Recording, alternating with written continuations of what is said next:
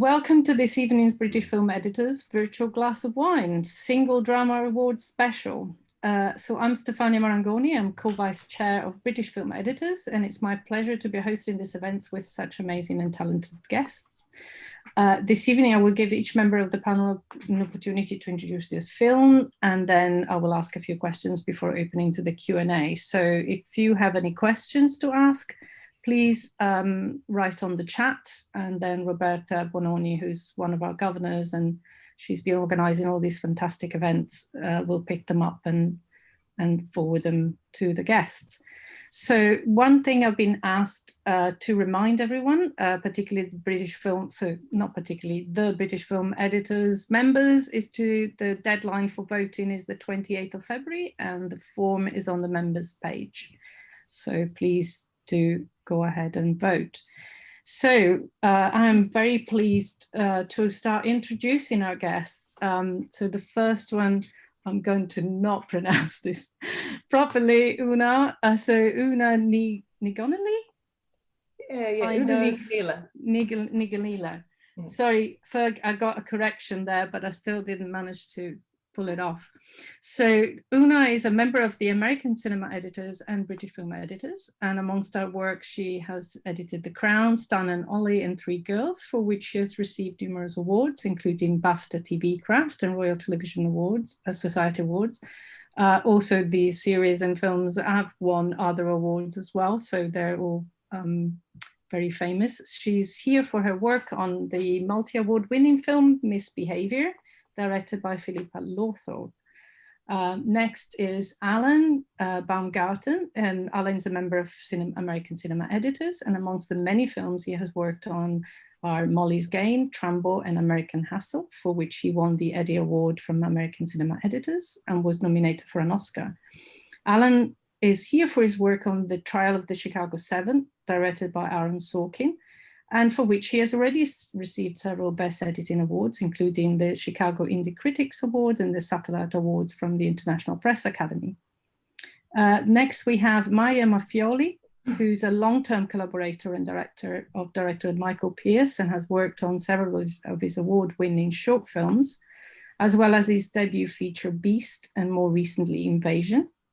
She's the editor of Ali and Ava, directed by Cleo Barnard, and has worked on Lena Dunham on the series Industry for HBO. She's here for her work on Rocks, directed by Sarah Gavran, for which she was nominated for the British Independent Film Awards. Next, we have Mark Towns, Mark has worked across fiction, documentaries, and factual, and has won several awards, including a BAFTA Television Craft Awards, Royal Television Society, and the Grierson Trust British Documentary Awards. He has been a long-term collaborator of director Hong Kau, I hope I pronounced that properly, for whom he has edited a number of short films and 2 features, Little Tin and Monsoon, and he's here for his work on Saint Maud, the debut feature from director Rose Glass. And finally, we have Jinmo Yang, who's a very well-established editor in South Korea and has worked on many well-known Korean films like The Tooth and the Nail, The Train to Busan, and Okja. He has come to the attention of the international public for his work on Parasite, directed by Bong Joon-ho, and for which he has received, amongst others, an Oscar nomination and won the Eddie Award from the American Cinema Editors. I have to say that was a kind of historical win, as it was the first foreign film to receive such accolade from ACE. And he is here for his work on Parasite by director Bong Joon-ho.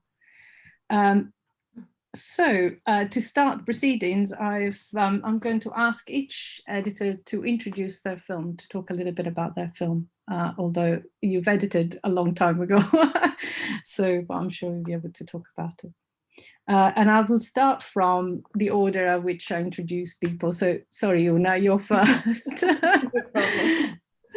So Misbehaviour was directed by Philippa Lawthorpe, who I had worked with her on Three Girls, and we were actually doing The Crown together when she was developing Misbehaviour.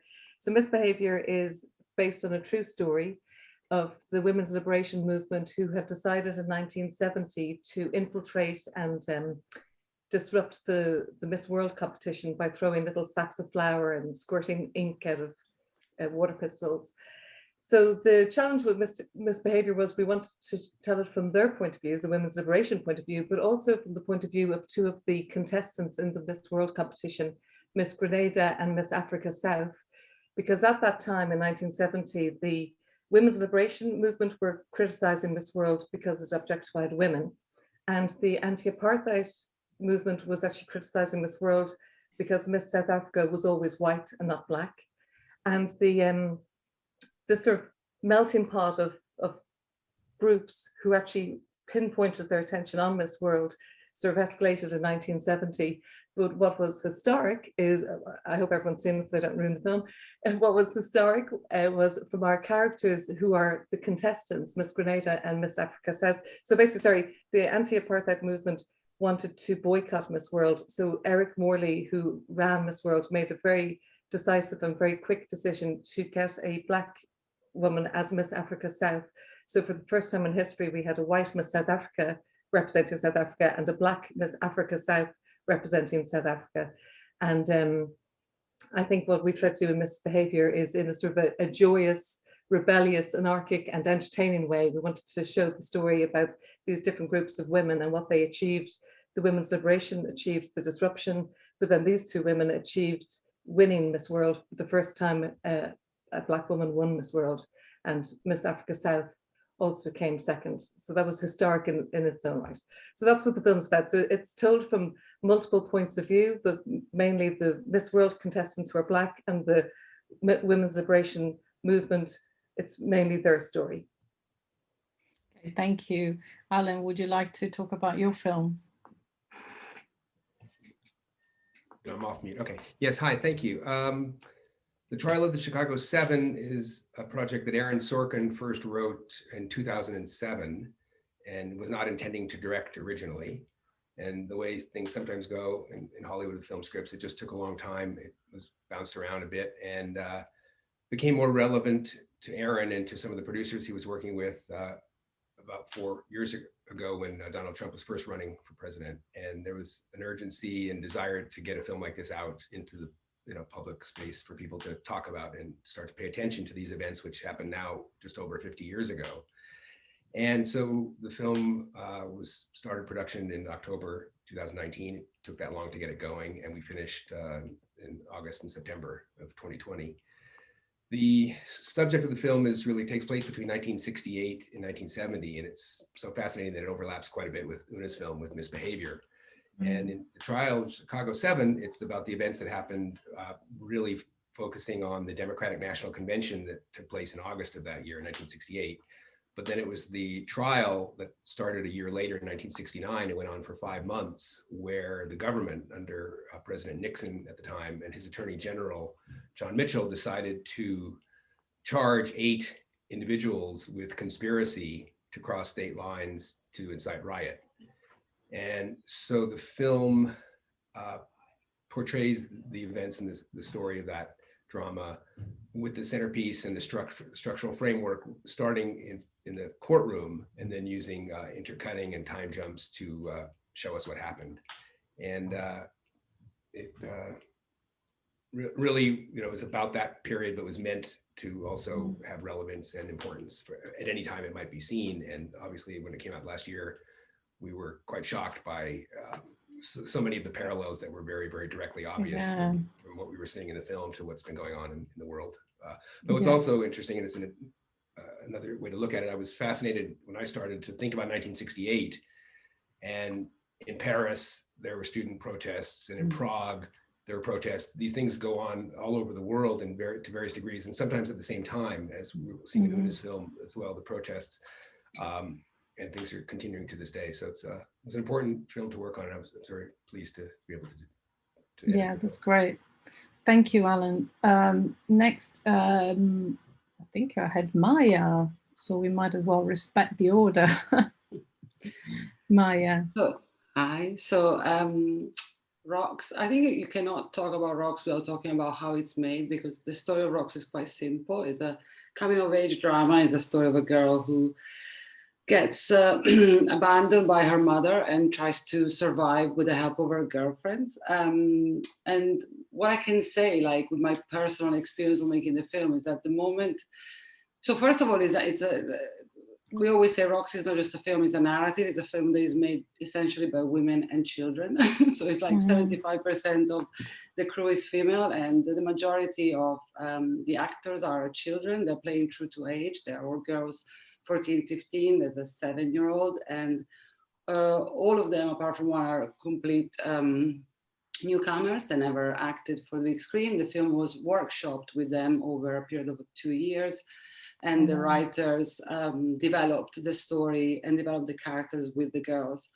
The film is partially improvised, so it's partially improvised, which means that in the cutting room, there was like footage that was, I wouldn't say it's so similar to documentary, because there was always like, the story was there, was written, but in terms of dialogue and in terms of how much the girls were free to push the story if they didn't feel it was truthful to their experience, their life, were free to sort of maneuver and to suggest.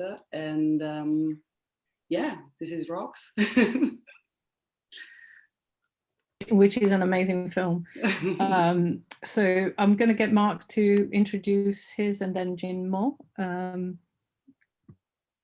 Would you like to tell us about Maud? Yeah, I searched the internet for quite a good, for the funniest kind of synopsis that I could find.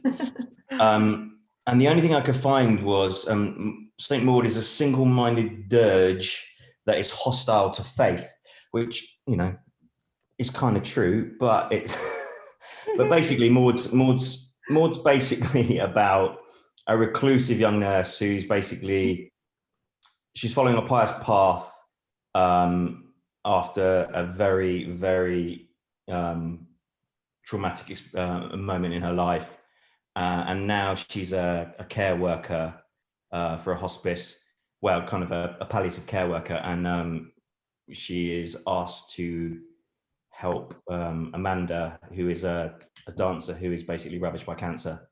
And then, Maud's faith takes over, and we see how Maud wants to kind of steer Amanda's life in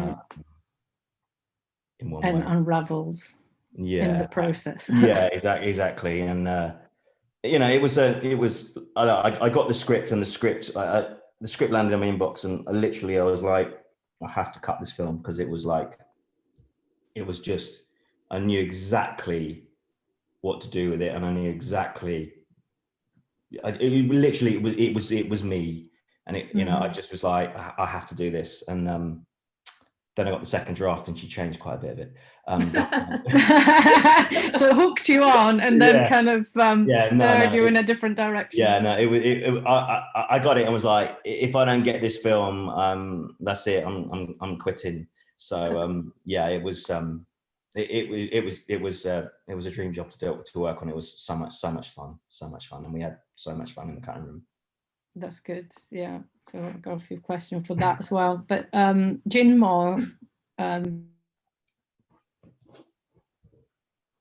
sorry, could you tell us a little bit about the film? Yes.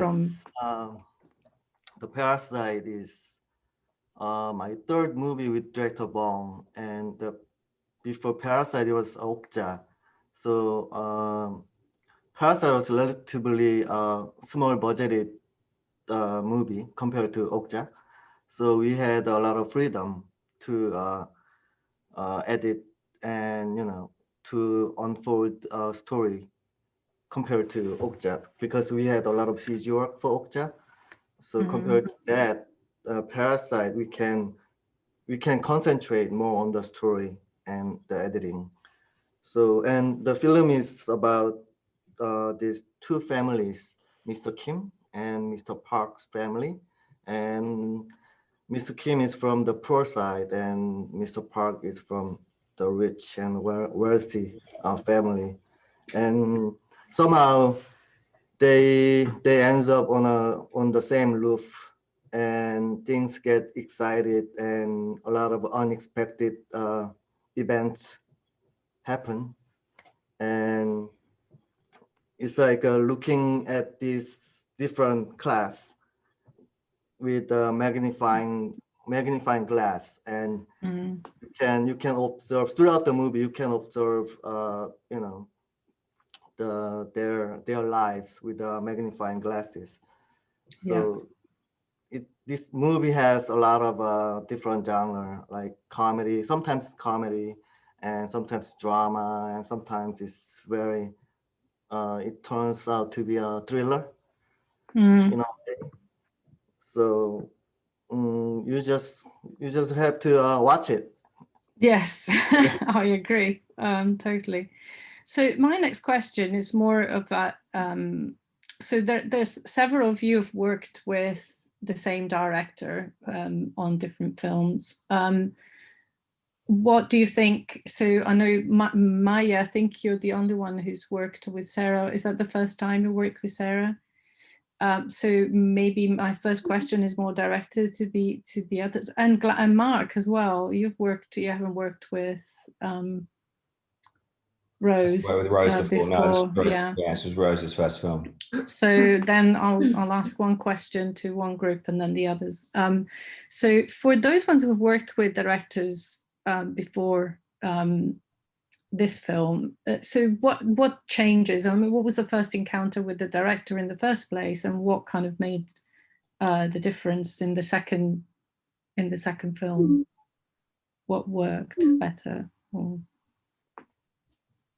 can maybe Una, you can start. So with Philippa, the first job I did with Philippa was Three Girls, which is on Netflix if anyone wants to see it. But it's sort of a more hard-hitting social realism style. Rocks has more, from what Maya has said as well, more sort of workshopped and improvised. But on Three Girls, Philippa did give the girls a chance to sort of work with the script. Although they did some improvisation, Nicole Taylor wrote it so beautifully. They didn't do much, but she gave some freedom that every second take she did was completely different. So it was a bit like a documentary style, cinema verite style of so much footage that you could cut it any which way. On while we were doing Three Girls, which we had a really tight schedule of just 3 weeks editing per episode, I think we went a little bit longer, just to like a 10th week in total for 3 episodes in 10 weeks, because we had to show the real people the episode. So what I liked about Philippa was she had a real integrity to her subject matter. The 3 girls who had suffered the abuse in Rochdale, they actually came to the set, they came to the cutting room, they came to the mix at different times because they aren't friends anymore, but we had them individually. And that was very humbling as an editor, filmmaker, to be trying to tell the story of the person and then to actually meet the person whose life you're trying to show. So I really respected Philippa for that way of working and the integrity she showed. I also have a documentary background, so that was sort of important to me. And then while we were working on that, I had done The Crown Series 1, and then they were offering Philippa again The Crown Series 2. So I was sort of saying to her, The Crown obviously is like a luxury item. You've got a lot more editing time for one episode compared to, you know, more than our entire time on Three Girls. So what I quite like as an editor, I like challenging myself to different formats, and I think Philippa is the same. So we then did The Crown, and while she was developing The Crown, Suzanne Mackey, who's one of the producers on The Crown, had heard the story about the women's rebellion in 1970 at Miss World competition, and she was quite horrified that actually this story was sort of invisible. No one really spoke about it, and yet it had put women's liberation on the map, and all of us would regard ourselves as feminists or equalitists, and we hadn't known this. But Suzanne heard the story, by the way, 10 years ago, and herself and Rebecca Frayne developed the story and wrote it. So while we were all working together, a bit like Maya, I think all of us, all the heads of departments on Misbehaviour were female, except our DOP was Zach Nicholson, but everyone else was female. And we just really wanted to capture the life and vitality of the real women of the story, the real Jennifer Hoston, the real Pearl, and the Women's Liberation Group. And I think what we quite liked about it was that when you meet the real women who behind Misbehaviour, they are so full of fun and they're quite joyous. And this thing that they did in November 1970, it's 50 years ago, but these women are all in their 70s now and as vital and alive, and they've achieved a lot in their life. So they really wanted to make sure that we didn't make sort of a po-faced film that was accessible only for women. They wanted a film that could actually celebrate the mischief and the anarchy and the fun that they actually had, because they lived in a commune and they made this plan together. So I think, again, I quite liked that challenge of doing something completely different and trying to get a little bit of the humor in. And Rhys Ifans and Miles Jupp, they were wonderful because they could improvise, and a lot of if they made you laugh at any point in the film, it's probably their improvisations. They were just really wonderful. So it was a good group of people with good hearts wanting to actually tell a story and shine a spotlight on a story that had been overlooked. Great, thanks. So Alan, I might be making a mistake here. Did you worked with Alan Sorkin and with Aaron Sorkin before? Yes, or? I had. Yes, you did, yes. didn't you? Yeah. And your question is so interesting because I was just thinking about it. I'm just going to show how old I am or how long I've been doing this. I've worked with 5 different directors on at least more than one occasion on films, and also on TV, even probably a few more. And that's maybe more common that on television there's a chance to work with the same director more frequently. And it's different every time depending on who the director is. But in every case, there's one thing is it gets more solid, more comfortable, and that relationship has already been nurtured and settled to whatever extent. You know, the dynamic between an editor and director, it can vary a lot, but you get into a groove, and if you are repeating with each other, that means something's working, and there's a compatibility, which is great. And on Aaron's first, but it also depends on how experienced the director is. So on Aaron's first film, which was Molly's Game, he was completely new to directing. That was his first film. And I also came on halfway through the film to take over when another colleague had a previous commitment and moved on. I was very fortunate to get to step in and finish the film with another editor as well who stayed on. So and all of us wanted to work with Aaron again on whatever his next film was. So it was kind of a joke among us, whoever was going to be free or whoever would be busy, whoever could, get the lucky call. And it was just completely lucky break that it was me. It could have gone to any of us. So that was something I was very fortunate and happy with. But so the second time around, Aaron had more experience, and that helped a lot. He basically understood the process more. He'd been through sound and music and all of those things. And so he wasn't quite as anxious, or we didn't have to explain it as much, second time around. So that was great. And then as far as our working relationship, not a lot changed. He allows a lot of freedom for an editor to construct a scene the way they see fit and do what I want to do to a scene visually, as long as I'm following his script. And then he likes to give notes, and he respects the process quite a bit. He doesn't sit there full time, which is an example I might mention to another director I've worked with many times, Ruben Fleischer. I worked on 4 movies, and on Zombieland, he wanted to be there in the room with me the whole time. And I'm an editor who has trouble telling a director, just let me do it, go away for a couple of days, if they want to be there. I mean, I wish they would give me the freedom. I always want them to let me have space.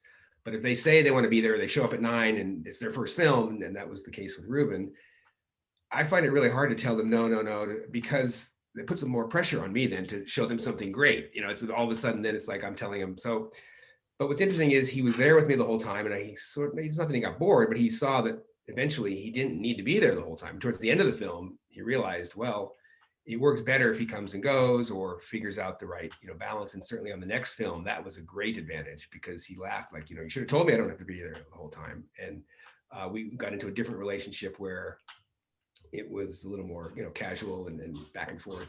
So, and then other directors who I've worked with multiple times still like to be there all the time, even if I wish they wouldn't. They want me to send them cuts all the time, every week, and they're just they can't wait to get into editing. They say it's their favorite part of the process, which is great.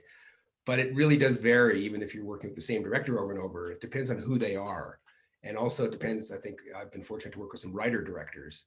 And that to me is really one of the best things, because there's just a singularity of vision. I mean, with Aaron and David O. Russell, that film is in their heads, even if they don't know always what they want to do or they're changing their minds. It's just great that that's a purity of, I'm sure other. And I guess they can also produce, sort of rewrite, in inverted comma, in the cutting room, can't they? That's very helpful. It is, as long as they're open. Yeah. So, That's I think it's great great. working with, well, I always like working with new directors. It's very exciting, but you never know how it's going to go. I mean, obviously there's some anxiety there for most of us as editors, you know, getting into a new fit with somebody. Jin Mo, you worked with Junho before. I'm probably pronouncing it the wrong way. So what was your experience? You've only worked with twice with him. Oh, actually, the first movie I worked with Bong Joon-ho is Snowpiercer. Okay. At that time, I was actually on-set editor and the VFX editor. So, what makes really different with other editors in States or in UK is that we have this very unique system called the on-set editing, which is you edit on set, you edit while they are shooting, you get the live feed from the camera while they are shooting it, you capture, and then you just edit it without time code, which is like the more like a guidebook. So I did that for the Snowpiercer.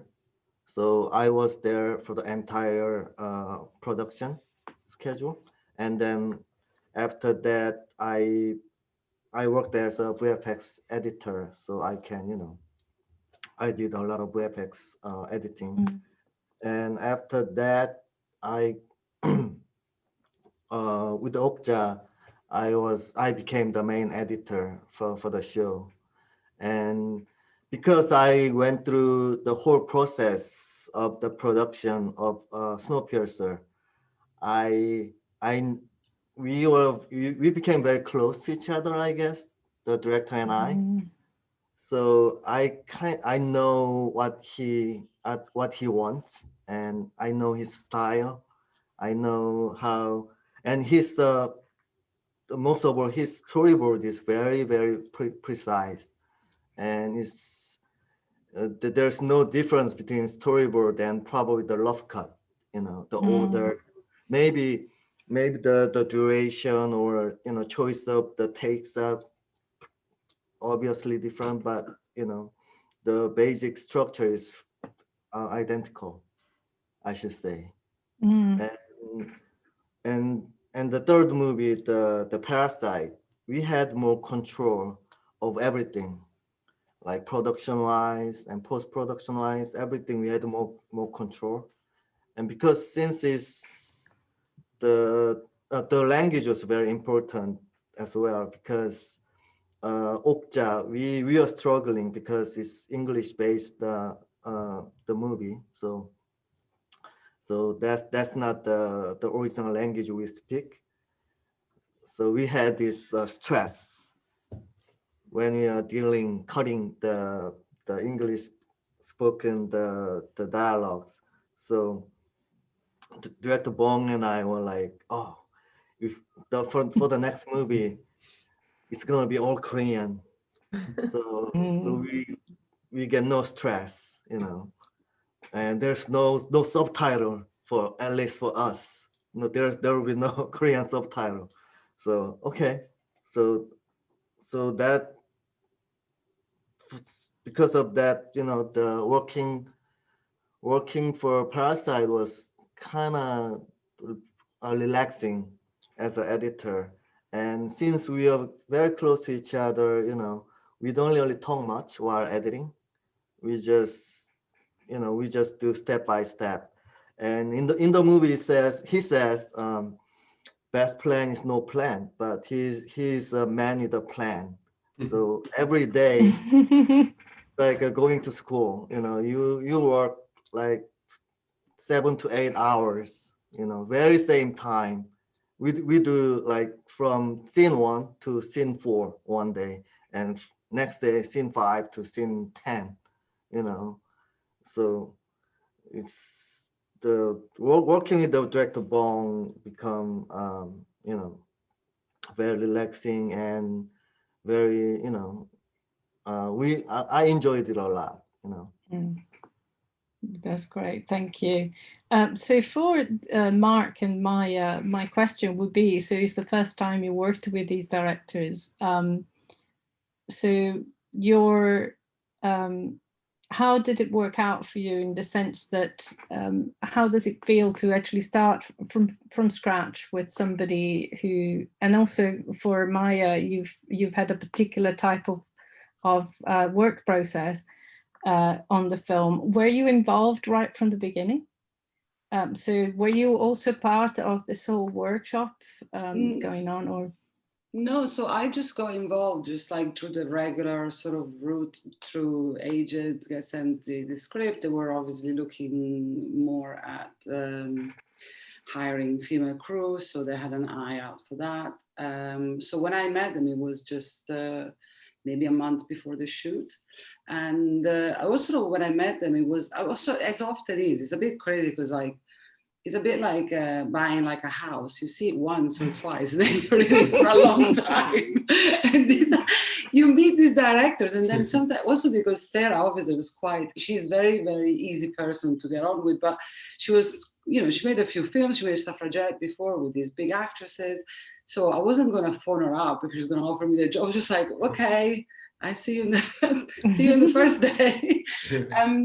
And then I think like the really good thing about her and the producers, they were like, you know, I didn't even think about it. They're like, we're going to receive a lot of rushes, so a lot of dailies.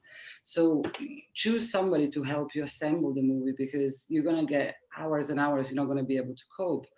And in fact, I think there were always a lot. I think on a record day, we had like 6 hours of rushes. So it was just like, yeah, it's impossible. So I had somebody. So we were assembling while they were shooting. We were actually assembling from Sarah's house. So she would just come back, and they had to like finish early because they had all these children in the film. So she would just like run up the stairs, come up and watch the scene assembled. And then they were shooting chronological. So every Saturday we would watch the movie evolving and see how the characters were doing, if we were like had to correct something, pick something up, and so it just evolved in this way. And then I think during the cutting of Rocks, I don't know if Sarah's like this all the time, but she loves to screen the film. She's not, but I think it's also partially with Rocks is because it was a film about a world that we didn't necessarily belong to. It was younger people, and it was like a lot of things that we wanted to hear the opinion of other people. So we had people I think from week 2 of the director's cut, we were constantly, at least twice a week. We had people in the cutting room, we did screenings, and a lot of screenings were like young people. And yeah, they were just telling us, this doesn't ring true, this is bullshit, this is great, this is, so the way of work, it was a fairly long edit for being such a small film. I think we were editing for something like 8 months, but it was like a lot of stuff to go through, and a lot of options, a lot of things to try out. So this was the experience, Great, thank you. Mark, where are you? I lost Mark from. There you are. Overheat, guys. Am I on? Yeah, yes, you are. I have one of these new Macs that sort of has this touch bar, and apparently it overheats. So literally halfway through Zoom, I just go bye. Okay. So I work with a lot of first-time directors, a lot. And they want to be in the cutting room 24/7, which I'm kind of fine with. Look, it's their first movie. Of course they want to be there, and it's fine. You just have to kind of find a way of working that is that helps you. And you know, you can work quite fast, and you can action changes quite fast. So I think I have no problem with that. So, you know, with Maud, we kind of had I think it was a 5-week shoot. Rose came into the cutting room maybe once or twice during the assembly. I suggested a few controversial things. She said no. And then 2 weeks into the director's cut, she said, yeah, let's do that. But, you know, we'll maybe talk about that later. Yeah. So yeah, it was pretty much, and you know, most of the people I work with are writer directors, so it's kind of free, so you can kind of go, this is not good, or this doesn't work, or this is too much, or this is not right, and they will take that on board because they've written it, and you don't have to then go, oh, it's the writer's written this, and maybe we should do this, and it's kind of like they go, right, fine, and we can kind of just go, right, let's move on, let's restructure, let's do that. And you know, a lot of my films, we basically just, I build the script basically, and once they've seen the script, because if you don't build the script, in my experiences, they want to see the script. You don't build it. I did a film and there's 2 scenes, one of which both which I half assembled, so we don't need the rest of them. And he said, look, can we just see the rest of the script? So I find you build the script and then you throw it away once the assembly's done. And I'm lucky because all the people I've worked with have written their scripts and basically have written their films, and basically you can just they were not too precious. Yeah, they're not precious about it, and you have no one to answer to other than the producer. And it's like, you know, why have you done this? Well, it's clearly better. Yeah, and then on Maud, we were lucky, and we had some money. There wasn't a lot of money on Maud, but we had some money, and we could do. We did 4 days of pickups, sort of 8-9 weeks into the movie, and it allowed us a lot of freedom to move stuff around, join stuff, etc. I'm not sure that has answered your question. It did, yeah, it did, because it's a very different process than working with somebody maybe who has had a lot of experience, and then, you know, like for example with Maya, Sarah has already directed some films, so it's a completely different approach. Yeah. And if you're working with a first-time director, when I did Hong's second film, when I did Hong's second film, he was a lot more relaxed, basically because I lived with him in Vietnam. Anyway, so yeah. So you've worked a lot with him. But you know, years, with first-time directors, they want you they want to be in the cutting room, and there's no way you're going to stop them, because it's their first film and they want to be there, and you have to manage that. Yeah, that's great. Thank you.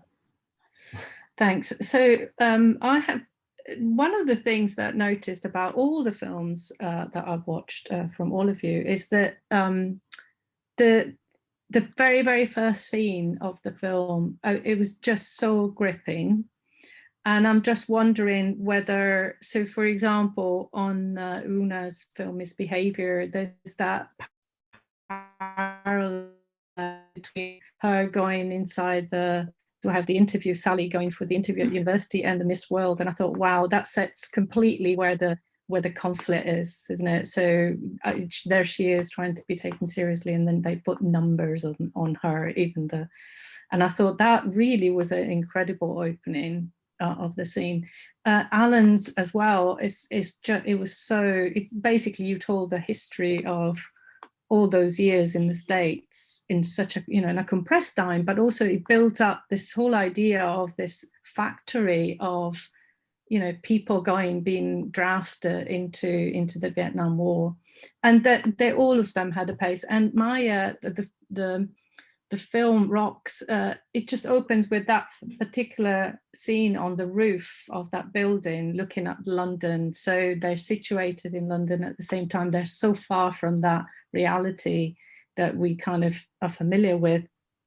And so, but at the same time, it's kind of giving you, it just sets the tone of the whole film. And the same thing with Mark, that scene at the beginning of these really mysterious shots of that violent act that she obviously has committed in some ways, or you still don't know what it is, and that boiling red liquid, they're really gripping. And I just wondered, and same thing with Jing Mo, that whole scene of the telephone, was there so my question to all of you in a way was that found while you were editing? Was that in the script? If it was in the script, how much did it change that you found the rhythm of it that could actually introduce, take you into the story. Because it just felt like the whole, every single one of them had such a strong entry point into this story, and such a strong setup, whereby set the whole tone of the film. That's something that also you encountered later on. Can anybody says maybe something got created right in the process, or was it there already in the script? Well, For Misbehaviour. Oh, go on. Who's saying? go on, it? Go. Go on, Mark. Go first. Shall I call you? I call you. Mark, go for it. Go for it. Yeah, go for it. Well, with Maud, the whole trauma didn't exist. That was, we shot that in a we shot that mid-edit. Basically, the trauma was only shown 2 times as shot in the script, maybe 4 seconds throughout the whole movie. And then we got to the cut and was like, well, we kind of need to see the trauma. But it originally started with this kind of swirling black hole, and you saw Maud's eyes upside down. And then kind of it was like, no, that's kind of not going to work. So basically we were pushed a little bit to show the trauma in some kind of form. So that those 8 shots or whatever they are, and then Nancy as the bug, God as the bug on the ceiling became the opening. And then early on, Rose had decided that maybe we should do some boiling soup and repurpose the opening. So we repurposed the opening in the flat, and we did some reshooting there to show all of the nurse gear, just so that we knew that Maud, what Maud did. So the soup, she shot it on some 5D at home, and we just temped that in, and we and then sort of 10 weeks into the cut, we basically reshot everything and put that in. So I thought it worked really well in the sense that you don't give too much away, but it just really hooks you in, and you think, and then you find it again later on, and again later on you find what happened in inverted comma, but it's never given to you in such a way that it's kind of, oh, here's the psychological reason why she's, it's all in pieces, and it's obviously she's clearly been traumatized by something, but it's not in a very patronizing way, and as a cause and effect. It works really well. We did an early cut of the screening, and somebody said, why don't you just cut the front? We've just done the front, it kind of works, we're not cutting it now. I think it alludes to something. You don't quite know what happens until maybe later on in the film, which is actually a true story, where somebody gave CPR to an elderly gentleman, and their hands went through their chest. Yeah. Okay. So it is based on a true story. On a true story. Wow. Okay, and thank you. The moment in the film where that happens was a problem issue with the film. We had a jump scare that didn't work, so basically we created that moment in the edit. Okay. Later on. So yeah. Brilliant, thanks a lot. Una, you started talking about misbehaviour. That's fine, thank you. That was interesting. And I was going to say that the interview that Sally had is based on a true interview that the real Sally had. And so Rebecca, in I think even one of her early drafts, had done exactly that, interwoven, the woman trying to enter the university with this all-male interviewers, intercut with the Miss World and those raucous men in Vietnam as she's coming onto the stage. And the only thing that I had to do, because obviously we couldn't use Bob Hope, couldn't use Bob Hope's archive, couldn't use Bob Hope's jokes. So the only thing I could do before wrap, we had the last 2 days of shoot was for that opening sequence. So I actually cut together using the archive. We had a lot of archive as reference of Bob Hope and the wide shots of the crowd. And using that archive, I was able to cut something together with Keira Knightley as Sally and put So you've music got to all the rhythm. Exactly, I Yeah. could create this thing, but it was actually all made out of Bob Hope. And then Philippa was able to show it actually to Greg Kinnear, who said he found it very helpful actually to get into the persona. But then Rebecca and Gabby Chappie, the other scriptwriter, they had to write new jokes for him. And then what we had to do in post, really, using all that footage, we were able to use all the wide shots, our real archive, and we have. Yeah, I was going to say, because the soldier is obviously. Philip only had about was 5 real- extras, yeah. I think. She might have had 6 extras, but so Yeah, we only had just get close-ups. Yeah, yeah. Our Archie with his his prompt cards. So then I was able to cut it basically with all the archive, and Keira send it to Philippa, and myself and Philippa were in dialogue. So although it was in the script, the two interwoven, Philippa did extra bits like subjective point of view is very important for her. So she did all those detailed shots on Sally waiting with close-up fingers or the eye or whatever. So we had a lot of shots that you could choose from to just try and get into the interior space of her character.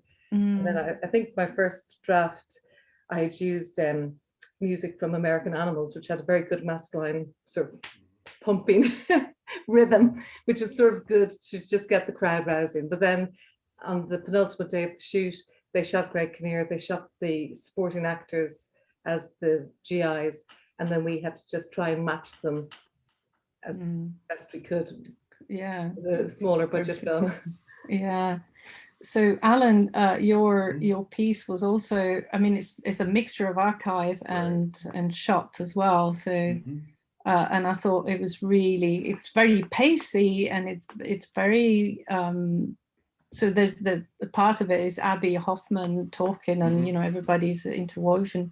So what was that experience of doing all that? It was one of the most fun sequences in the whole film for me to put together. It's the one area when I read the script, I just fell in love with the opening. I knew it was going to be strong and it would have a lot of potential for me to play. So it was always one of my favorite parts of the film.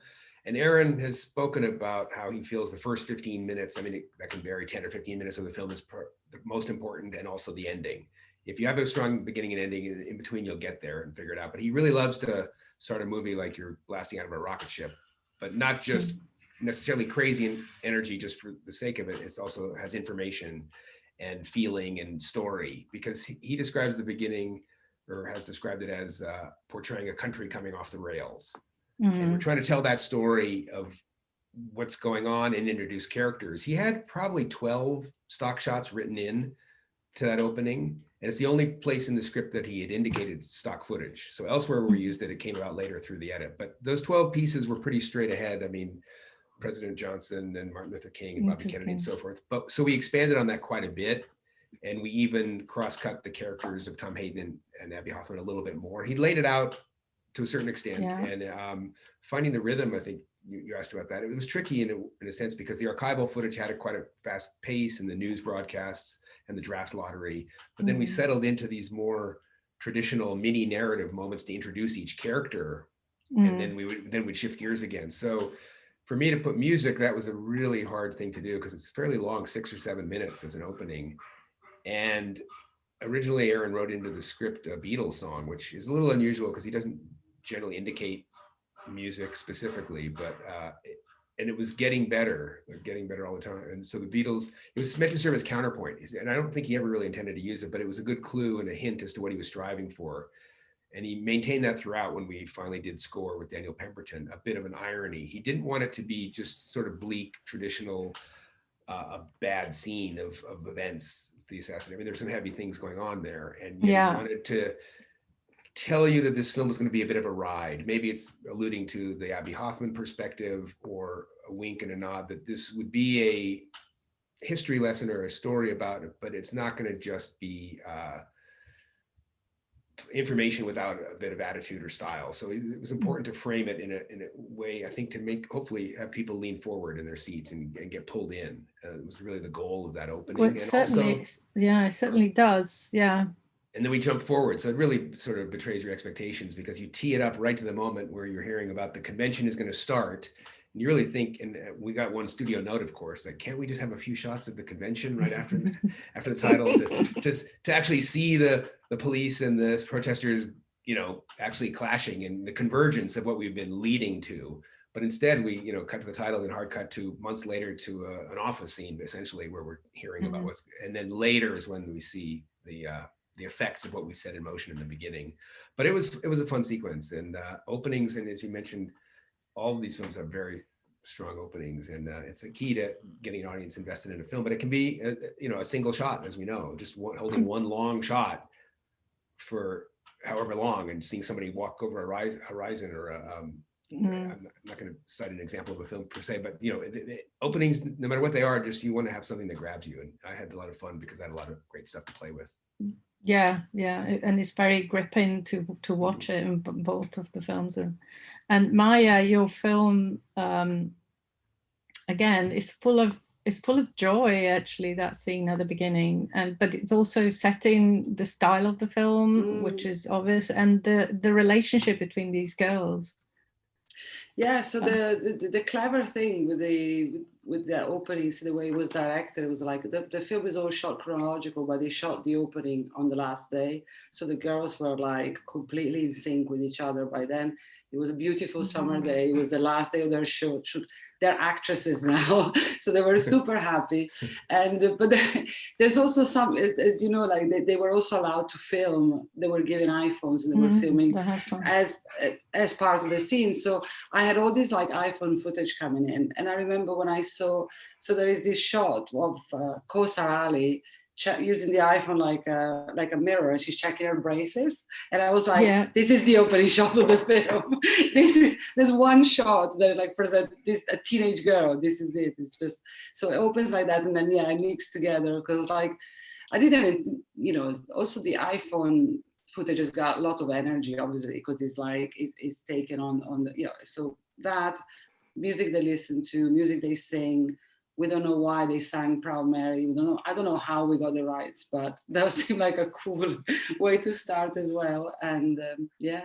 No, it was a great move to actually get them to shoot their own things, because you really get into their mind and what their feel, the way that they relate to each other, both from the iPhone things, but also the way that the whole scene is shot very sort of loose. So it's very improvised, presumably. Yeah, they were just usually they would get a bunch of candy, so they're full of sugar. So even more energy, and then music they could play from their phones, and also like all of that was like they pre-cleared music they could listen to. So it was all like there's a big structure around it, but so that they could be allowed to be as free as possible, basically. Yeah. Great, thank you. Jinmo, what about your opening? You said that, sorry about the pronunciation, Baumgarten Ho. He storyboards everything. So was there much scope there for playing around with footage and giving us, I mean, he's introducing this whole world of the of the half basement at that point. I feel like I got the easiest job because it was on the storyboard, the shot design and everything. So maybe actually this, if you can see. Oh wow!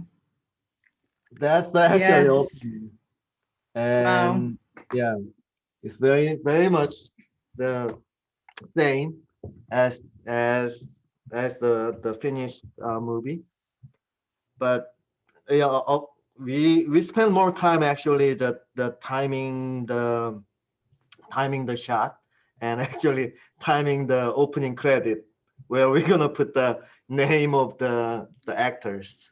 You know, where should we put that name? Where should we put the title? Because in the opening sequence, the window, the first shot, there is a title of the movie coming out. So yeah, but basically it's the same as the storyboard. Yes, yeah. So obviously a very good strategy to go around with the phone all over the flat, in a sense, showing us all the spaces, including that horrible toilet, which later on plays a massive part as well into that.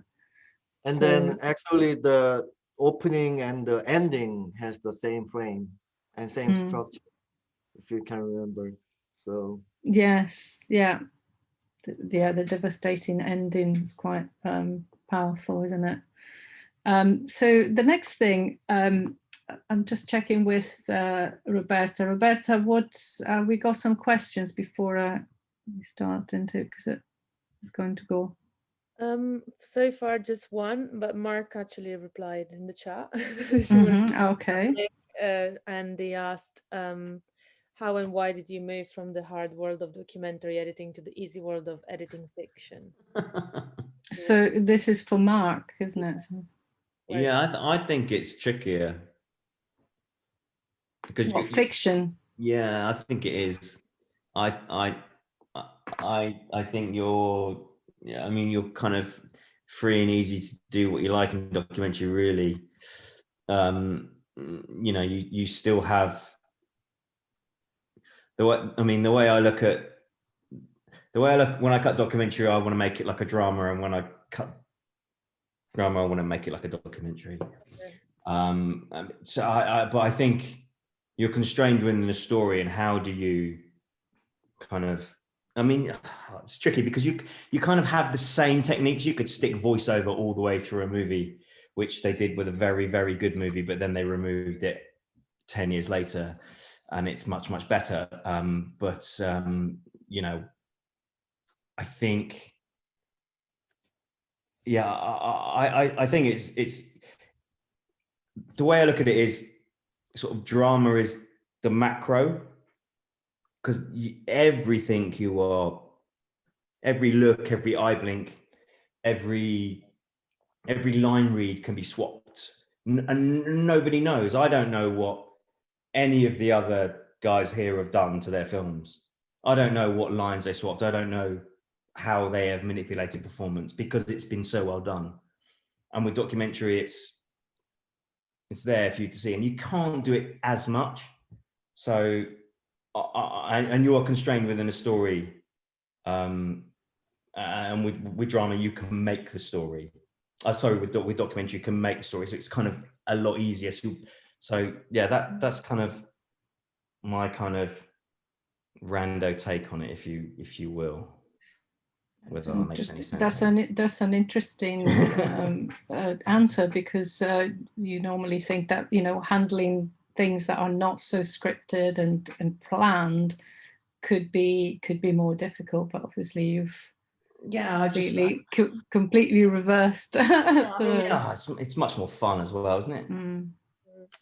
It's questions ready to come in the end. Be argumentative though, Mark. Pardon? Sorry, yeah. To be argumentative.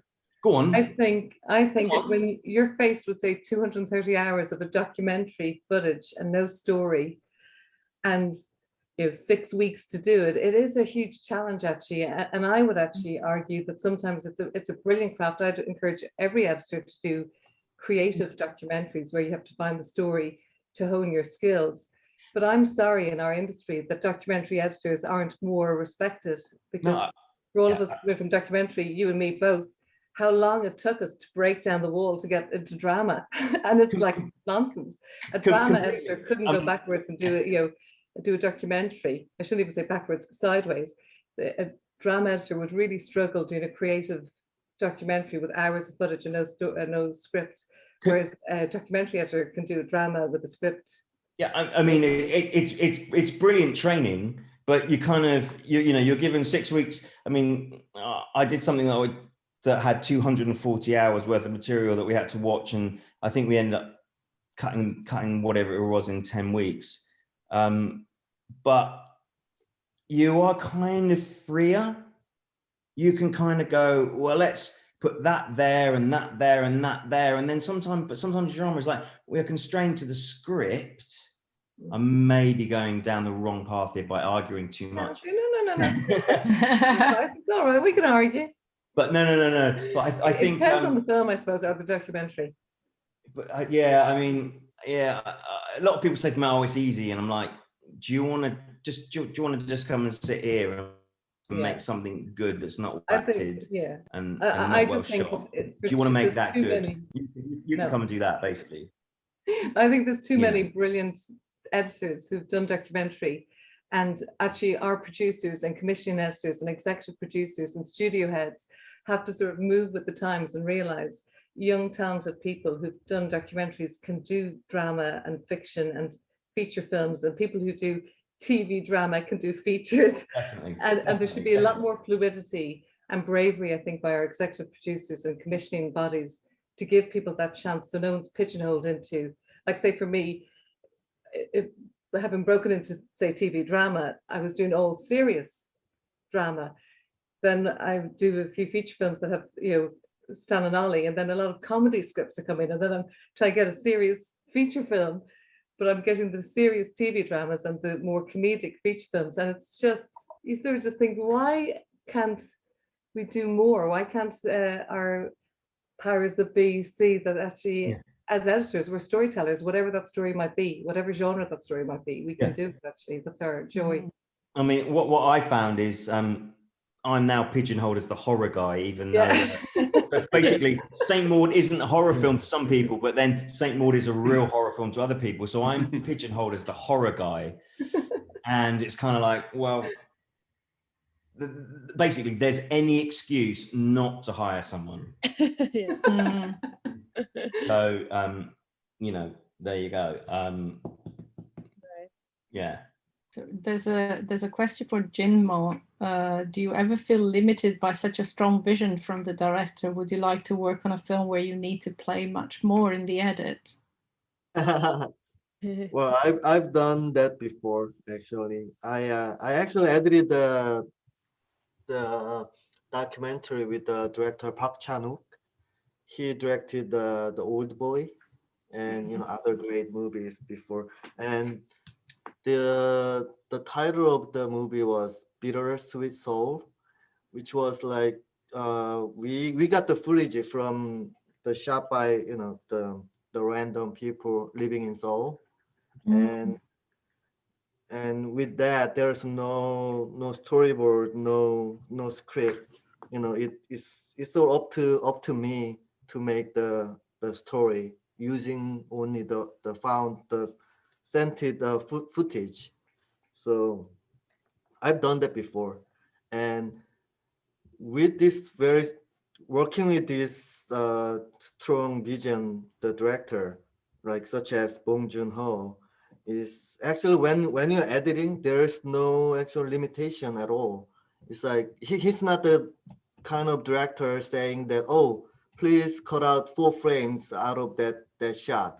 It's not like that, you know. He's like, oh, we need the faster tempo, or, you know, slow tempo, and it's all up to me how I can provide that rhythm and find the right rhythm for the scene. You know, it's up to me which take I can, you know, I choose, and we always discuss about the editing in a kind of rough way, not the pinpoint precise point where we need to cut like 3 frames out of one shot or anything like that. So there is a limitation of the structure, but there's no limitation about editing, I should say. Thank you. There's a more question for all of you. It says, would love to know about everybody's rise to editing. I mean, this could be quite a long question, but if you can just quickly answer it. Did they spend long time assisting, and how was it for them from someone who's about to make the jump from assistant to editor? So Una, would you like to start? So just I think Alan, Alan, did you start? Yeah. Sure, I'll keep it brief. I did a very traditional sort of, from years past, path, when I assisted for about 5 years on films where it was 35mm film and cutting and splicing, and I would stand right next to an editor on a moviola and watch and learn and hand the trims and hear. And, you know, I fortunate to work with an editor who would talk out loud and share thoughts and ideas, and I'd pick things up that way. And then I found it invaluable to work closely with an editor, you know, that closely, and a privilege to work that closely with an editor or editors. There were two primarily that I worked with. And it served me very well. So I think assisting and hanging in there, because I read the question, I think, about ready to make the transition. Is it Imara? Is that right? Yes. So yeah. It will be well worth it. I think, you know, the value that you've gained from all the experience of being an assistant, much of which you probably recognize and are aware of, but some you might not even know until you leave and move on. You'll realize later things that you picked up and weren't even aware of. So it's great training. I think, you know, you know, people find their way at different times and however that happens, but it's very valuable. For me, it was a fantastic experience to learn and grow assisting. But I know a lot of assistants who just do 1 or 2 films and move right on, and a couple people, some colleagues have not even assisted and started right away editing. So it varies for all of us, of course. Has anybody not assisted here out of this group? Mark? I only assisted one short film in 1995 when I was waiting or maybe even earlier, 1994, when I was going to, just before I went to the National Film and Television School, I was an assistant on a short film.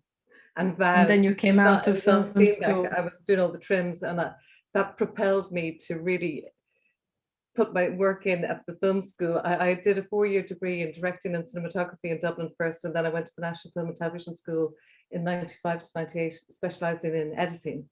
And I was only 21 at the time, so I wanted to really hone my craft and try everything. But that summer, in this editor's bedroom, you can imagine, on the Steenbeck with the doors open. It's not as actually, it's not as bad as it sounds. It's just that's where the editor's suite was, but it meant that you were trapped in this house, just doing all that editing, assisting, and I was just like, I definitely want to be the editor. But I do agree with Alan that there's brilliant editors who've come through assisting.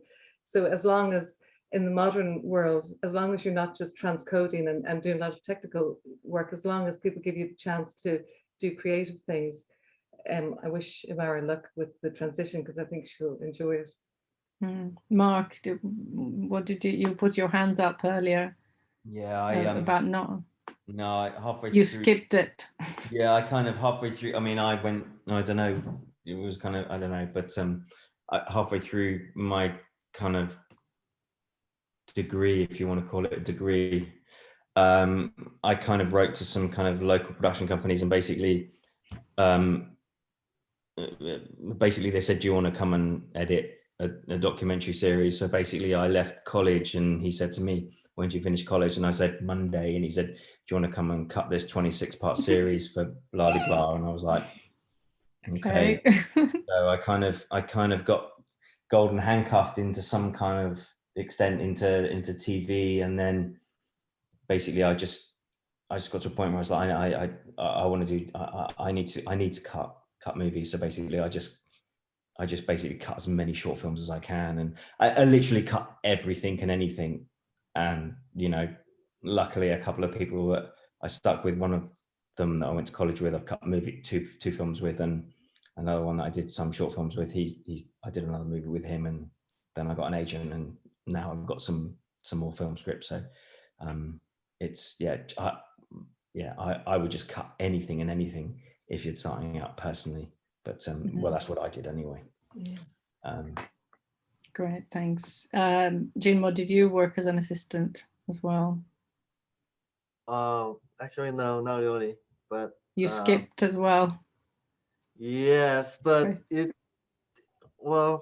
different actually, because as I mentioned, I started editing as an on-set editor. Yes, because I wanted to become a director in the beginning, like everybody else, but things didn't work out. So there was the director I know, and I knew, and in States. So he was preparing movie in Hollywood, but it didn't work out. So we decided to go back to Korea and make a movie here. And he was gonna hire me as an assistant director, but I was not experienced, and I was a bit old to do that. So he asked me, "Oh, then why don't you do on-set editing? So you can be next to me." So I was, "Oh, okay, that's cool."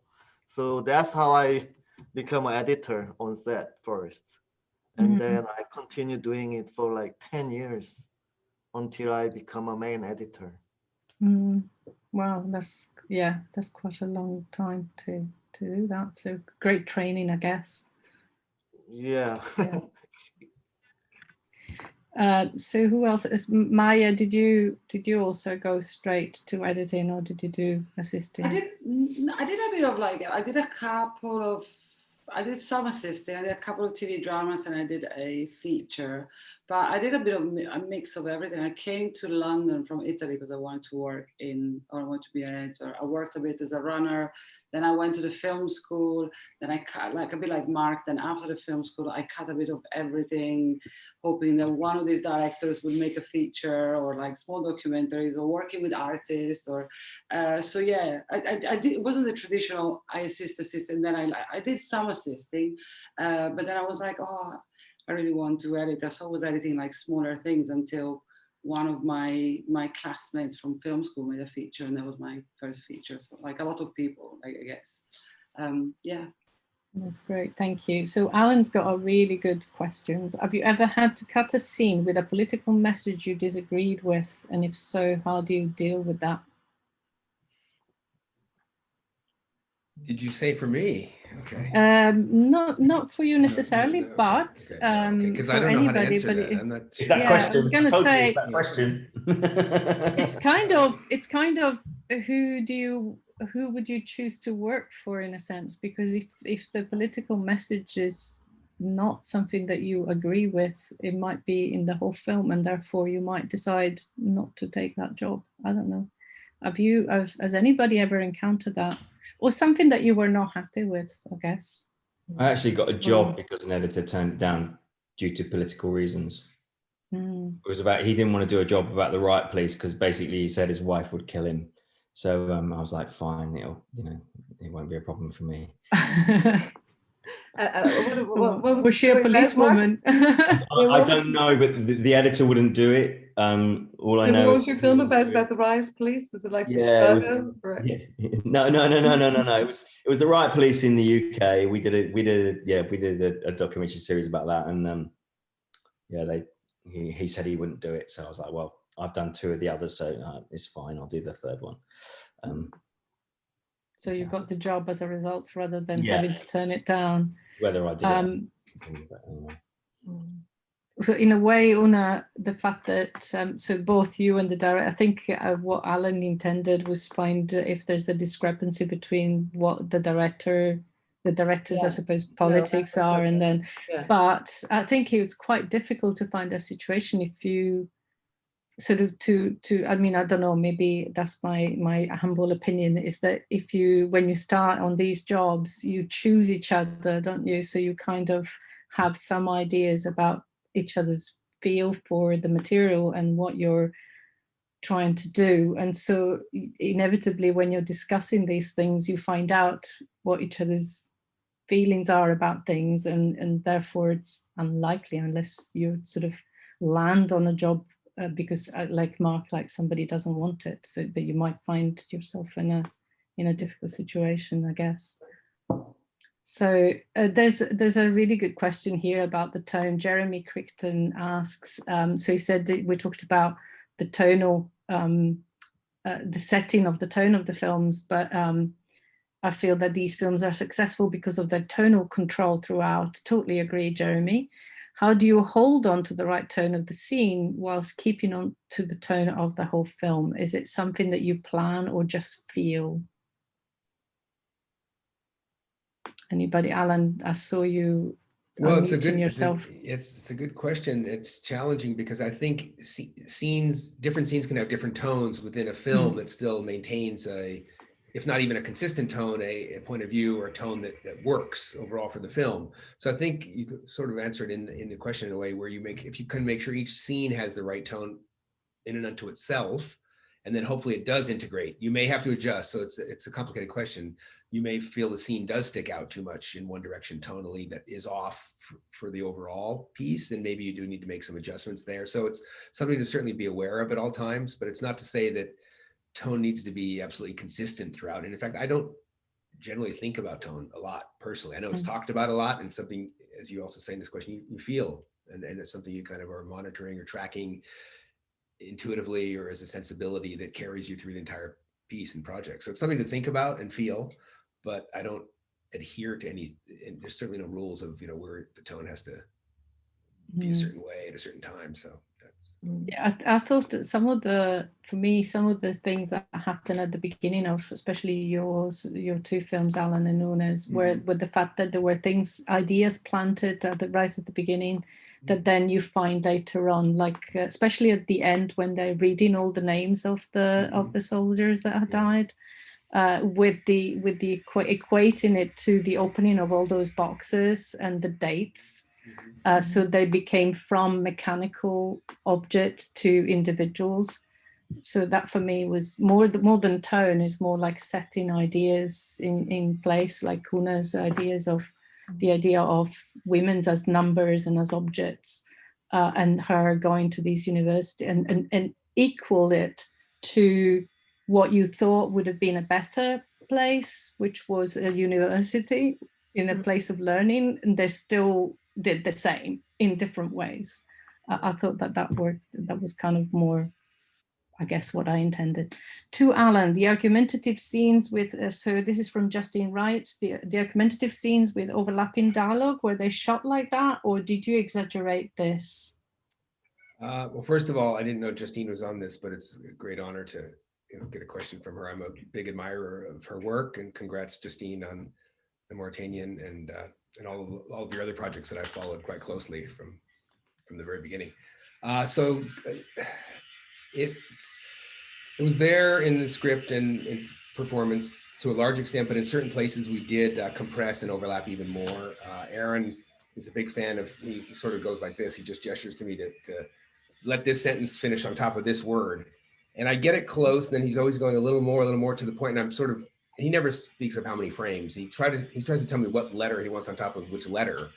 But to me, it sometimes seems like it's going too far and you're going to completely obliterate a word. And I like to kind of tuck it so that it feels like you're getting the best of both. But he's resistant. I do it, and he said, not enough. And so I go as far as he wants. And much to my surprise, if I stand back and watch it, it's actually okay, because your mind fills in what was missed with that overlap. Or he also has written it in a little bit later. He knows enough to feel that he's planted something or designed it so that you're going to understand what's meant to be said. And he wants to obscure it because he wants to get that real feeling of people talking on top of each other. But an example like the final mock interrogation that William Kunstler, Mark Rylance, does with Tom Hayden, Eddie Redmayne, in the conspiracy office when we're hearing about the second riot, and the two of them are going at it. I did end up using the last take where they didn't overlap, and I built in those overlaps. He generally would do one take, so sometimes just one, and in rare occasions he wouldn't do any where they didn't overlap. So sometimes you're just stuck with those overlaps, and to cut between different angles, it can be quite a challenge to find where you can get in and out. So sometimes I would use they weren't really clean because you could certainly hear the other actor off mic, and if you used even the ISO mic, but they made an effort not to completely step on each other. So scene like that, I constructed or reconstructed, I should say, the overlaps that they did, perhaps a little differently than because they did several takes and each time it would be different. So I created a new version of overlaps that felt right and created that rhythm. So several places we did that, and other times I would just use the organic performance where they overlap, which I love. Of course, when you can do that, it's great. And anyway, I hope that answers enough of the question. Yeah, I think plenty. So I'm just going to skip some and then go back. Maybe Colin Goody is asking, what moment in each of your nominated films was your biggest contribution in the edit? That's quite a big one, I guess. I guess he's talking about which ones you worked, like you really worked the most. I think from what I've heard from Mark's previous interviews, he kind of did a lot. But maybe we can start from him first of all. And Okay. You did that. You did a lot of work on that film, as in brought in lots of ideas and changes. We did a bit. There was a big restructure on the first 20 minutes, which basically became 4 days rather than 2.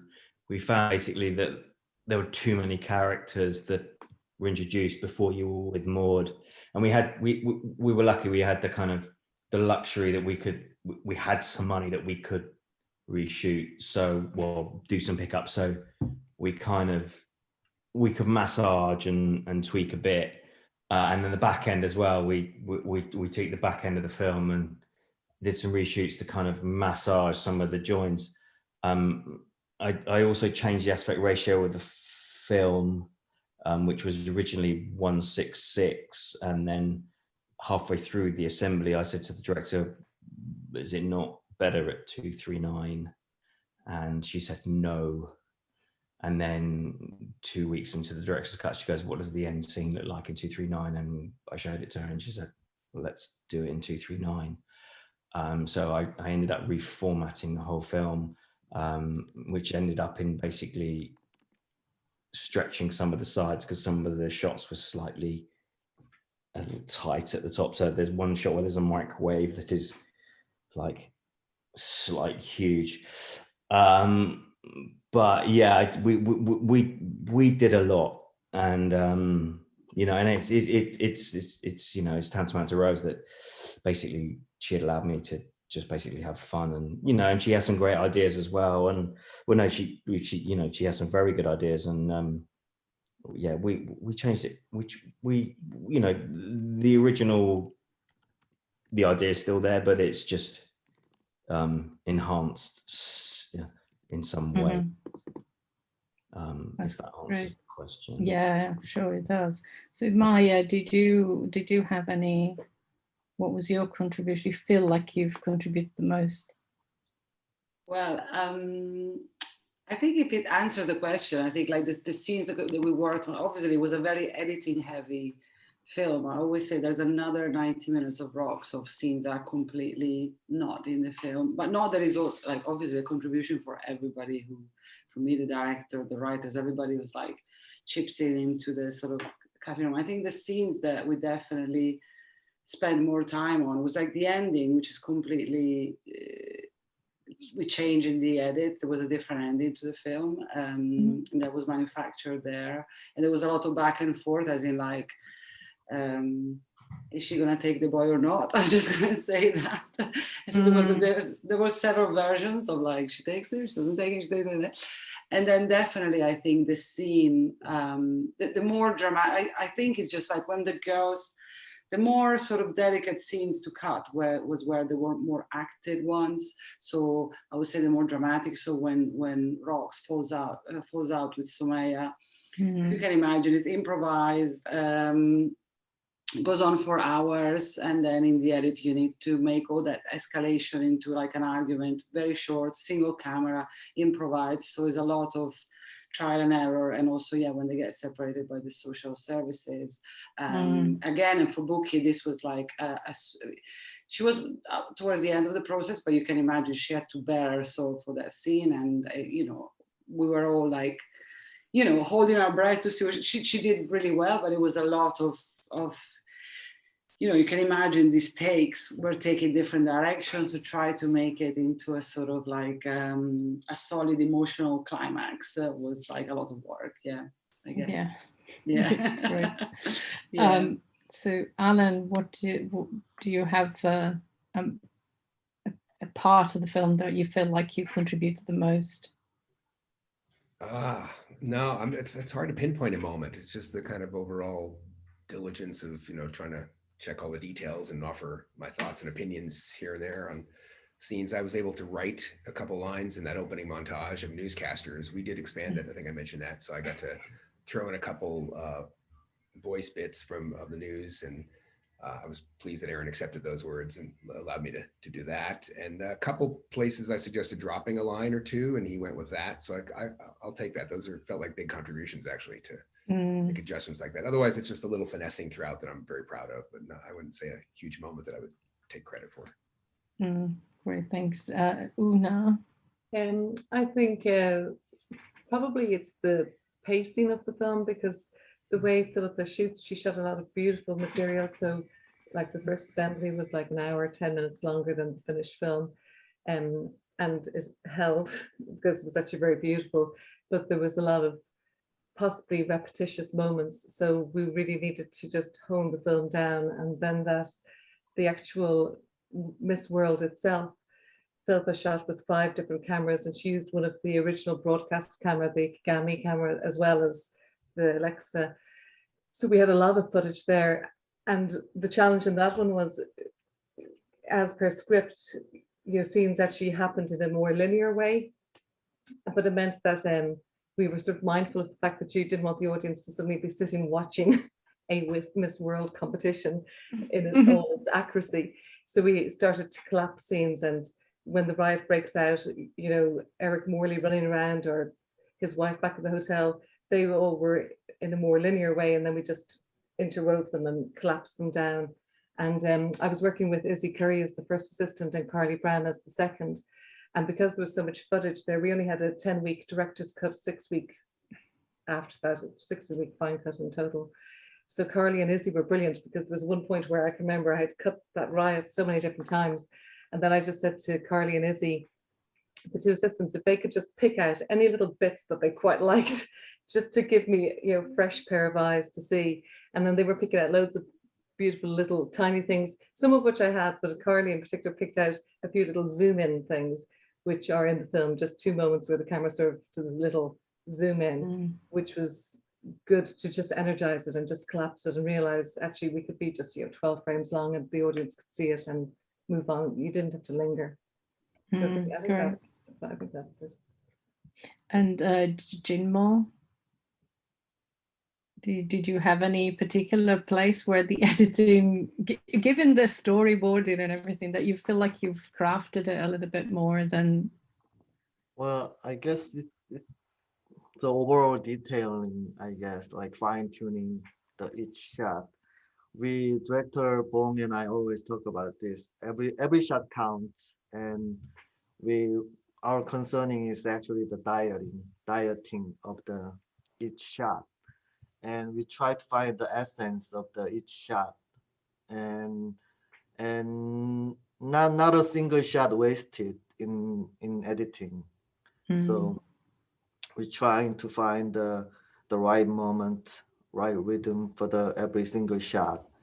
And I think that's the biggest task for me to do, to pull it off. And one thing that Director Bong really hate is the blue screen. So when I assemble the first cut, the first thing I do is get rid of all the blue screen. And because he had the ceiling of the set was green screen, was it, or something? I've read somewhere right. Because of yes. But the car scene is all blue screen, so I had to get rid of the blue screen for the cars and get the background plate. So I need to prepare that, and most of time, I guess, we try to find the best take, and sometimes it works, sometimes it doesn't, because sometimes director likes the first take of one shot, but for the character, if there's 2 characters in the one shot, sometimes he likes the first take of the one character, but third take from the other character. So that way I have to somehow manage to combine those 2 shots, stitch them together. And sometimes I trick it with the quick pan. So, as if it was taken as a one single take. So I do that time to time. And Director Bong knows very well I can pull that off easily. So, we do that many times. You realize that on that. Parasite, That's So, great, thank you. So there's another question for you, Jinmo, about what was it like to working with classical music for the montage, for example? Did the director have the specific music in mind, and how do you work with music in the public domain? well, sometimes he does. He suggests me to use certain music, and sometimes it's the other way around. I just put them randomly, and and there's a scene where uh the poor family is hanging out in the mansion, the rich family's mansion, and they're making they had to make this noodle for the rich family, and there's a montage of the making the whole sequence, the chaotic sequence, and there's a music, the background music, and we actually sped up the music score about 120%. So to I fit it. edited, yes. So I edited within that, sped up the music, so we can get the right rhythm out of it. So time to time I do that, and then once we finish the editing for that montage, we get rid of the theme music, and the composer brings out the work piece. The music, yeah. Yes. That's great, thank you. I don't know if I can't see. How far into the process did you know the film was working? This is from Laura Spini. So the previous question was from Shumaya. Sorry, I just missed out. Sumaya Bailey. So Laura Spini is asking, at what point in the films you think, during the edit, you think, oh, the film is working, or am I saying it right? Yeah, how far into the process did you know the film was working? That's a good question. Anybody wants to start with that? Jinmo, do you have such a thing as at what point? Well, I guess like the love cut, I guess, once I get the love cut, or it depends on the directors, I guess, with Parasite, I knew it from the beginning. Once I read the script, I knew this is gonna be great. But sometimes you won't know until you finish the love cut, because of sometimes the director doesn't really shoot the way the script is, they struggle to make the scenes. So sometimes it depends on the project, I guess. It depends on the director. But with the director, such as like the Bong Joon-ho, is once you read the script, you know right away. Yeah, exactly. He seems to be so meticulous, isn't it? So Mark, you've got more of a challenge with new directors. At what point do you know if the script is working, if the film is working? How far into the process you think? Is there a formula? No, there's definitely no formula. I think when you build the assembly, I think as I said, I build the script, so you kind of know that as long as there's a beginning, there's a middle, and there's an end, or you think that there can be a beginning or a middle and an end, you can. I think you're fine. I mean, I've not been on a film where I think the lead is terrible or the lead doesn't work. So as long as you have the lead and their performance carries you through, I think you're fine. And then you can kind of either through hopefully a couple of days reshoots or just a day or two's reshoot pickups, you can fix it, or you can but yeah, I've not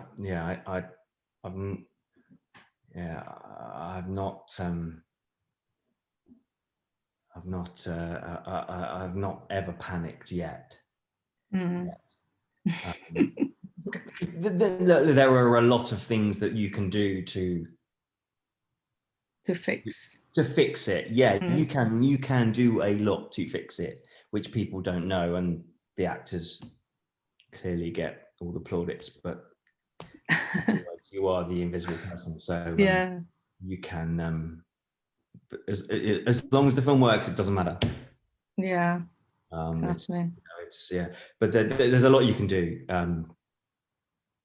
There's a lot you can do. Maya, did you at what point did you know that the film was working? Especially because yours was constructed as you went along, isn't it? But I mean, there was like with something like Rocks, when the rushes were coming in, and it was like 3 of us in the casting room, and we were like calling each other into each other's room to like show these like amazing sort of, girls and this sort of people. I was like, I think it's something pretty special here, what's coming in. But I think in general, I think it's the first time you screen to an audience, like, friends and family. I think like you have a sense, but also because in a way you love the film as an editor, but you also have to be a harshest critic because you have to pinpoint what doesn't work. So for me, it's only when I sit with an audience and I can truly feel sort of how people are engaged or not in the film that I don't really, that's the point where I know if a film is working, really. Yeah. Yeah. So Alan, Una, do you have a? Yeah, I think I agree with Maya. I think we were a bit unfortunate with Misbehaviour that we released on March 13th, which was a Friday the 13th, 2 Friday the 13th in 2020. We should have known it was a difficult year. And the cinema closed on the Sunday or Monday. So we only had a friend of ours went to see the film in Notting Hill Gate. And he told us that whenever the film actually ended, because I actually think Misbehaviour works better in a room, in a communal environment, because he said whenever the film ended, people started actually cheering, we were really happy to hear. And when we did a test audience screening before the end, because like everyone, I'm sure you fall in and out of love with the cut as you go. You just do things to it that you think, oh my God, I just destroy the whole film, and then actually it looks okay if you just fix Apple Z a few things and try and fix and hone and find your feet again. So we had a journey with the film, but when we did a test audience group, they were so kind about the film and they were laughing, whereas normally when we're screening it, no one's laughing because all the exec producers and the writer and everyone's there and they all know it, so no one's interacting. And then thanks to that test audience group, we actually put Pearl at the end, because in the end credits, Philippa always wanted to have Pearl, but she hadn't managed to shoot Pearl because she lives in South Africa. But when the film ended, almost everyone on the test audience score just felt, why isn't Pearl in the... So our ending had Jennifer Huston and the Women's Liberation Movement and not Pearl. So then we got Pearl in. So Louise Harrison, who stars as Pearl, she brought such humanity to that role that I think it just allowed Pearl shine. And so that was great. That was a good test audience who sort of confirmed what we had as a gut instinct of thinking we needed to get Pearl, and they shot that, up-to-date shot of Pearl in South Africa for us. That's great, thank you. And Alan, do you have an answer to that? Very similar to what's been said, but it's great to hear that about Misbehaviour, which I loved, and the ending especially was really great. And that came about from a screening is very interesting to hear. But even starting with what Jinmo said, and then Mark as well, the script, sometimes or have a feeling that it's going to be good and it's going to work, but you don't really know until that first assembly or first cut that you look at the whole thing. But also what Maya said is very true from my experience. It's my assistants and the whole team, they're getting excited about it as we're going. Sometimes I'm not sure, but they're saying, no, it's going to be good, or we like it, or it's, you have fun together assessing it and being eager and enthused about the project. So you hope it's going to come together. And it's the screening that really tells you that with an audience, as Maya also said, and then Una explained. We didn't have a test screening. We didn't have any screenings, which was a bit too bad, really. I guess there were ways we could have online. People have been doing that, but we didn't. It was a very small group of people that watched it. And I think that's something we always, I guess maybe I felt concerned about, because you do find out things when you show an audience. As Una just mentioned one example, there's all kinds of things that from my past experience that things you expect might be a problem often aren't problems. And then you very surprised out of the blue, something that you hadn't even thought of. This might be small, but several people or many people either say it, verbalize it, or you can sense it watching it, you know, that, uh-oh, something's not right here. And you have to figure out what that is. Yeah, so, somehow the attention goes, isn't it? Yeah. So you're hopeful. You never know for sure until pretty late in the process, but hopefully you do have a gut feeling from early on from the script, and as the material comes in, that you have something special, or it's something that's working, and you know, it's our job to stay on top of it all the way.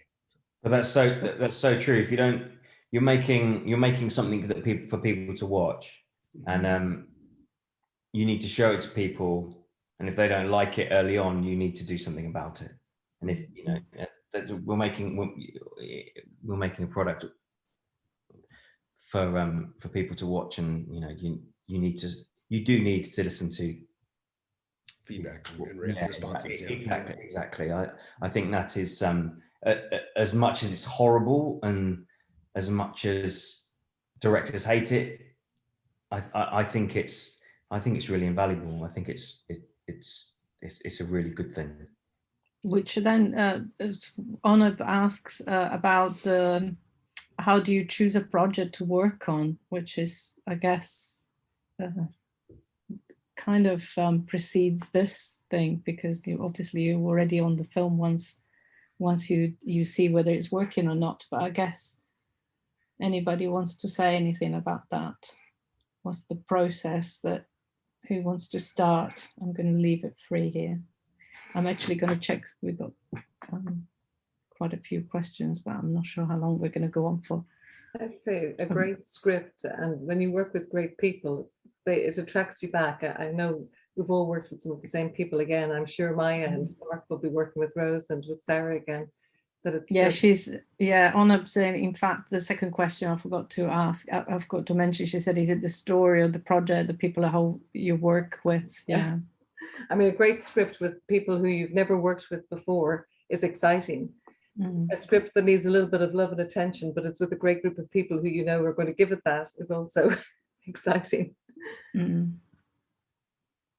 Anybody else wants to say anything? Do you get involved with it? Oh, so somebody, Maya, what did you? I don't know. I think like right now, I mean, it's always, I'm more of like, go for the director over the script.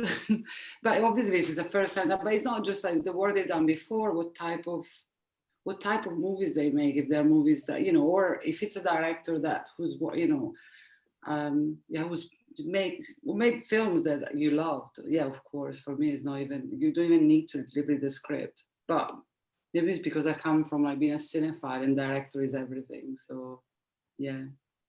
What Maya said, there's it's the director. You know, if the script is terrible, a good director can make the script better. Yeah.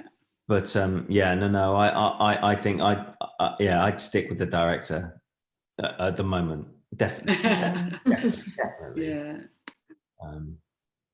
I don't think there's any more.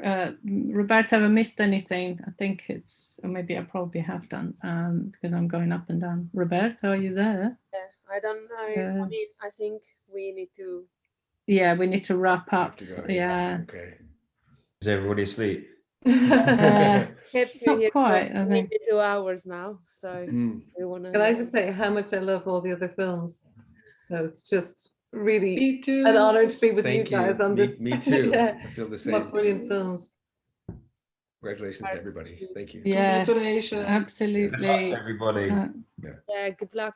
Thank you all for joining us. So to all our guests, first of all, to joining us here at all this at this time, and for everybody to make it. That was absolutely great. Thank you, thanks Stefania. for all the guests. You're welcome. Stefania, thank you. And Roberta and to BFE, thank you very much.